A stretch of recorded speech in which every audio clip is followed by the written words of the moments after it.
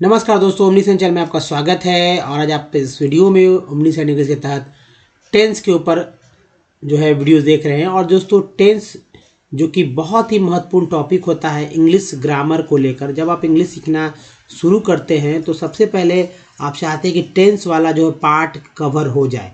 और जब उसे उठाते हैं आप इंग्लिश ग्रामर में तो पता चलता है कि आपको टेंस ही नहीं याद हो पा रहा है, समझ भी नहीं आ रहा है कि आखिर ये टेंस कैसे समझे, कैसे इसे जो आत्मसात करें, यानी अच्छी तरह से कैसे इसका ज़्यादा जो है चीज़ को, रूल रेगुलेशन को जान पाए। तो आप ऐसा नहीं कर पाते। तो दोस्तों सबसे पहले मैं बात करूँगा कि कुछ आपके लिए कुछ मैंने ऐसा ही जो है ग्राफिक्स तैयार किया कुछ जिससे कि आप बहुत जल्दी और सारी उम्र के लिए आप इंग्लिश में जो है टेंस को सीखने वाले। तो दोस्तों सबसे पहले मैं ये कहूँगा कि अगर आप नए हैं तो चैनल को सब्सक्राइब कीजिए, घंटी को दबाइए, आने वाले वीडियो के लिए वीडियो में लाइक और शेयर कीजिए। जैसे तो इम्पॉर्टेंट चीज़ है टेंस।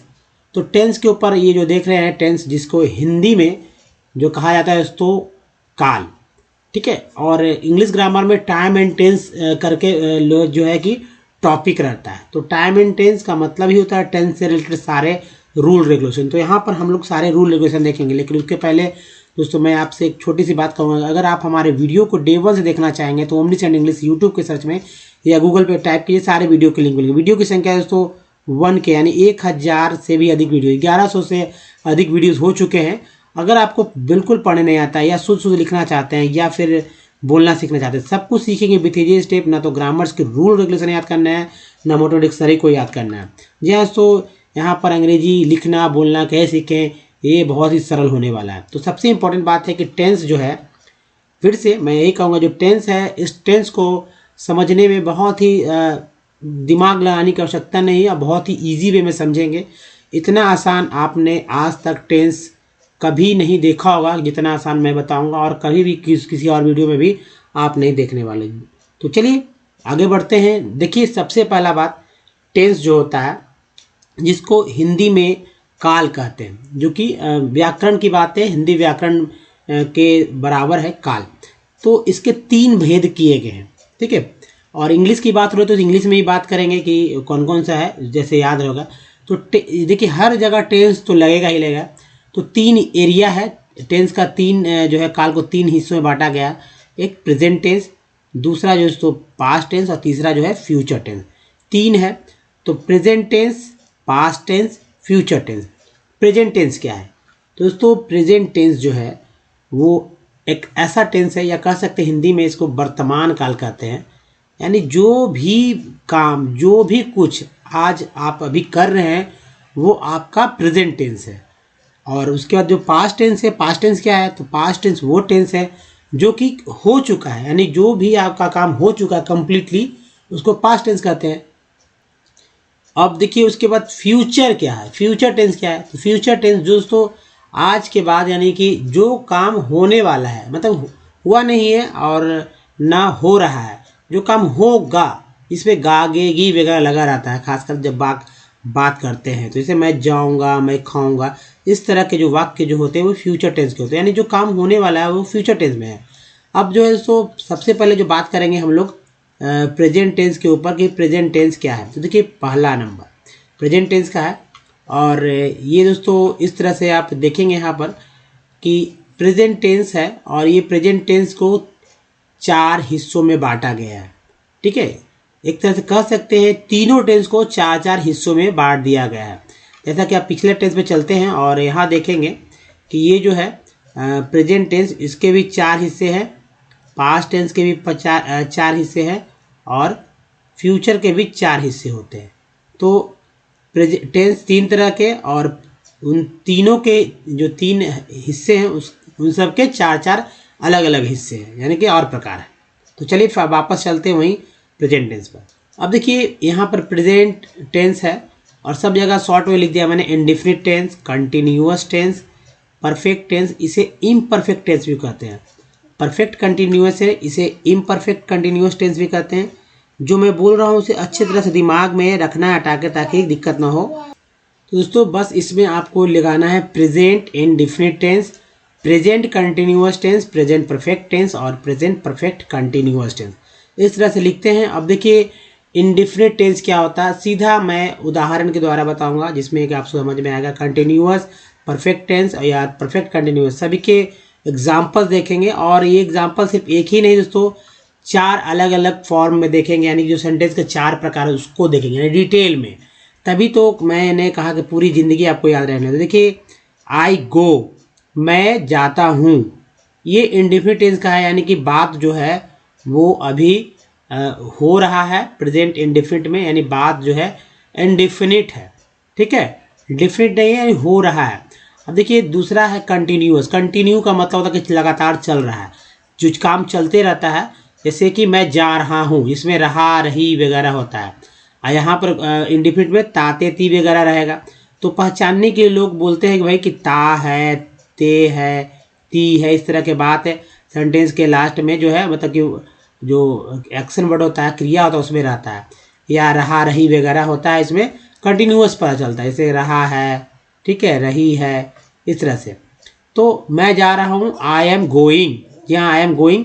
उसके बाद देखिए परफेक्ट में क्या होता है दोस्तों, परफेक्ट में जो है जो लगता है वो देखिए सब्जेक्ट और उसके बाद जो है हैव हैज लगता है, हैज लगेगा, हैव लगेगा, ठीक है। उसके बाद V3 लगता है, V3 लगता है, यानी कि आप इसके लिए एक लिस्ट देखेंगे कि जो एक्शन वर्ड होते हैं उससे रिलेटेड होता है। जैसे कि गो का क्या होता है, गो, वेंट, गॉन, ठीक है, गो, वेंट, गॉन, तो यहाँ गॉन हो लग गया है। और इसके लिए आप हमारे और डिटेल वाले वीडियोस देखेंगे जो कि एक एक टॉपिक को लेकर इंडेफिनिट पे पूरा लंबा चौड़ा भाषण रहेगा। लेकिन चूंकि कम समय में आपको सब कुछ बताना है, तो यहाँ समझिए कि थर्ड पर्सन रहता है, ही रहता तो हैज लगता, सी रहता तो हैज लगता, लेकिन ये सिर्फ थर्ड पर्सन सिंगुलर नंबर में हैज लगता है, बाकी सभी जगह हैव लगेगा। इसलिए आई हैव गॉन, मैं गया हूँ। दूसरा परफेक्ट कंटिन्यूअस टेंस है, इसके अंदर में जो है हैव तो रहेगा, विन का प्रयोग होता है, और गो में आईएनजी जुड़ जाता है। जो भी सब एक्शन वर्ड रहेगा उसमें आईएनजी जुड़ जाता है। इस तरह से बनता है। देखिए सब्जेक्ट होते हैं, उसके बाद हैव हैज तो रहेगा ही, हैव रहेगा, हैज रहेगा, ठीक है, हैव हैज रहेगा। और उसके बाद जो है तो विन लगा देते हैं, बिन लगाकर गो है तो गो ये रहेगा, उसमें आईएनजी जोड़ देंगे। जो भी एक्शन वर्ड रहेगा उसमें वो जोड़ देंगे। मान लीजिए लाफ रहेगा तो लाफिंग हो जाएगा। तो आई हैव बिन गोइंग, मैं जाता आ रहा हूँ। अब देखिए ये तो था इंडिफिनिट का, मतलब कि फॉर्मेटिव का। अब देखिए नेगेटिव सेंटेंस को देखिए, प्रेजेंट टेंस में ही, तो प्रेजेंट इंडिफिनिट का नेगेटिव हो जाता है आई डू नॉट गो या आई डोंट गो, मैं नहीं जाता हूँ, ताते ती वगैरह यहाँ लगा है। उसके बाद कंटिन्यूअस का नेगेटिव हो जाता है तो आई एम नॉट गोइंग, मैं नहीं जा रहा हूँ। यानी कि अब नकारात्मक वाले जो है कंटिन्यूअस टेंस को देख रहे हैं। अब देखिए परफेक्ट में जो है नकारात्मक इस तरह होता है, आई हैव नॉट गॉन, मैं नहीं गया। तो आपने पिछले वाले में देखा था आई हैव गॉन, यहाँ हो गया आई हैव नॉट गॉन। फिर देखिए परफेक्ट कंटिन्यूअस का जो है नेगेटिव सेंटेंस क्या है, I have not been going, मैं जाता नहीं रहा हूँ, ये हो गया। अब चलिए इसका प्रेजेंट इंडिफिनिट का जो आप देखेंगे, ये जो प्रश्नवाचक चिन्ह, डू आई गो। अब डू आई है इसलिए डू लगा, अगर ही रहता तो यहाँ पर डज लग जाता, ठीक है, डज लगता है। थर्ड पर्सन सिंगुलर नंबर में डज का प्रयोग होता है। ये जो है एक रूल है, इसको दिमाग में रखिए। ही में थर्ड पर्सन जो भी सिंगुलर, ही, सी, इट किसी का नाम है तो भी जो है डज का प्रयोग होता है। तो डू आई गो, क्या मैं जाता हूँ। इसी तरह ये तो इंडिफिनिट का है। इंडिफिनिट का जो है नकारात्मक प्रश्नवाचक। अब देखिए कंटिन्यूअस में प्रश्नवाचक किस तरह है, एम आई गोइंग, क्या मैं जा रहा हूँ। अब इसी के साथ WH क्वेश्चन का प्रयोग जो है करना आप सीख सकते हैं। यहाँ से जो जितना भी WH क्वेश्चन होते हैं उस पर अधिक से अधिक सेंटेंस बोलेंगे, लिखेंगे तो आपको क्वेश्चंस करने आ जाएंगे। यानी प्रश्न कैसे क्या आता है। अब परफेक्ट वाले में देखिए, हैव आई गॉन, क्या मैं गया हूँ, हैव आई गॉन। और जैसे इसमें भी WH क्वेश्चन का प्रयोग बहुत ही धड़ल्ले से आपको करना चाहिए, तभी आप ज़्यादा क्वेश्चन कर पाएंगे। उसके बाद परफेक्ट कंटिन्यूअस टेंस में क्या होता है, हैव आई बिन गोइंग, क्या मैं जाता रहा हूँ, तो ये तो प्रश्नवाचक था। अब नकारात्मक प्रश्नवाचक को देखें प्रेजेंट इंडिफिनिट के तहत। तो ये प्रेजेंट इंडिफिनिट यानी प्रेजेंट टेंस में डू आई नॉट गो, पहले था डू आई गो, अब है डू आई नॉट गो, क्या मैं नहीं, जी हाँ दोस्तों, क्या मैं नहीं जाता, क्या मैं नहीं जाता हूँ, यहाँ भी नहीं जोड़ दीजिए तो क्या होगा, क्या मैं नहीं जा रहा हूँ, ये कंटिन्यूअस में है। परफेक्ट में होता है तो have I not gone, have I not gone, क्या मैं नहीं गया हूँ। तो दोस्तों फिर परफेक्ट कंटिन्यूअस टेंस में जो है सेंटेंस बनेंगे have I not been going, यानी अगर जाहिर सी बात थर्ड पर्सन सिंगुलर नंबर तो हैज लगाते हैं, लेकिन उसके अनुसार जो हैज ही मान ली ही लगा देता है, has he not been going, इस तरह से बनता है। तो थर्ड पर्सन सिंगुलर नंबर के साथ जो है हैज लगता है, बाकी सब जगह हैव लगेंगे, बाकी सब वही रूल रेगुलेशन है जो कि आपको समझना है।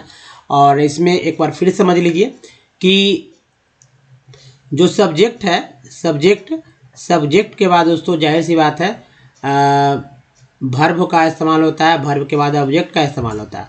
अब इसी भर्ब में जो है आपको मान लीजिए कि ये इंडेफिनिट में है तो डू लग गया, और डू के बाद जो जाहिर सी बात है डू के बाद है आपका जो है दोस्तों सब्जेक्ट लगा, और उसके बाद लास्ट में भर्ब लगता है।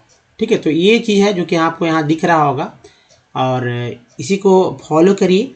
ये था दोस्तों प्रेजेंट इंडेफिनिट वाले चीज़ जो कि आपने यहाँ पर देखा। और दोस्तों अब जो है नेक्स्ट पास्ट टेंस वाला अगले क्लास में हम लोग डिस्कस करेंगे ताकि आपको अच्छे से समझ में आए। तो दोस्तों इस वीडियो में यहीं तक। अगर वीडियो बताइए अच्छा लगा तो प्लीज़ लाइक कीजिए, शेयर कीजिए, नए चैनल को सब्सक्राइब कीजिए, घंटी को दबाए आने वाले वीडियो के लिए प्ले स्टोर से हमारे ऐप को डाउनलोड करने वाले कुछ प्रीवियस वीडियो के लिंक टेंस के है यहाँ पर पार्ट 1 देखेंगे, पार्ट 2 यहाँ देख लीजिए, और प्लेलिस्ट का लिंक यहाँ पर, चैनल को सब्सक्राइब करने का एक लिंक यहाँ पर। तो दोस्तों इस वीडियो में यहीं तक। धन्यवाद, थैंक्स फॉर वॉचिंग। मिलते हैं अगले वीडियो में, तब तक के लिए ध्यान रखिए। धन्यवाद, थैंक्स, धन्यवाद दोस्तों।